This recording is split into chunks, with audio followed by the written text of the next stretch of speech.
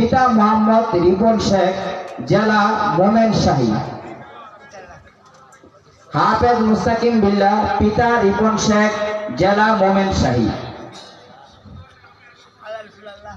দ্বিতীয় নম্বর হলো হাফেজ তামিম আহমদ, পিতা হাজি ইউনুস মাস্টার, জেলা নারায়ণগঞ্জ।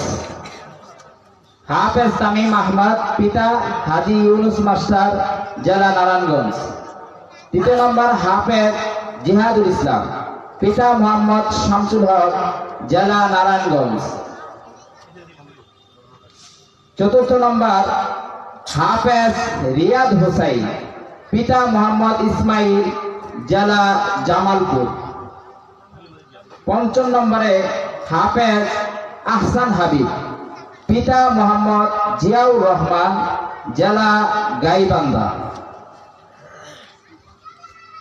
আলহামদুলিল্লাহ, যার প্রচেষ্টায় এই ছাত্রগুলো কোরআনের হাফেজ হয়েছে, যার দীর্ঘ মেহনতে এই ছাত্রগুলো আজকে 30 পারা কোরআন শরীফ মুখস্থ করে সিনায় ধারণ করেছেন, সে উস্তাদকে মাদ্রাসার কর্তৃপক্ষের পক্ষ থেকে পাগড়ি প্রদান করা হয়। তো এই পর্যায়ে হেফজ বিভাগের শিক্ষক পাগড়ি নিবেন হাফেজ মোহাম্মদ রফিকুল ইসলাম।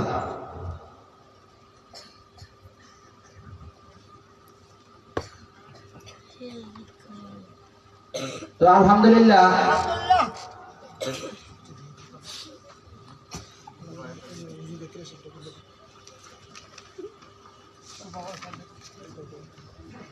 তো আজকে মাহফিলে যারা আলোচনা পেশ করেছেন, যাদের মুখ থেকে আমরা কোরআন ও হাদিসের দীর্ঘক্ষণ আলোচনা শুনলাম, হযরতদেরকেও মাদ্রাসার পক্ষ থেকে একটা সম্মানী পদক দেওয়া হবে।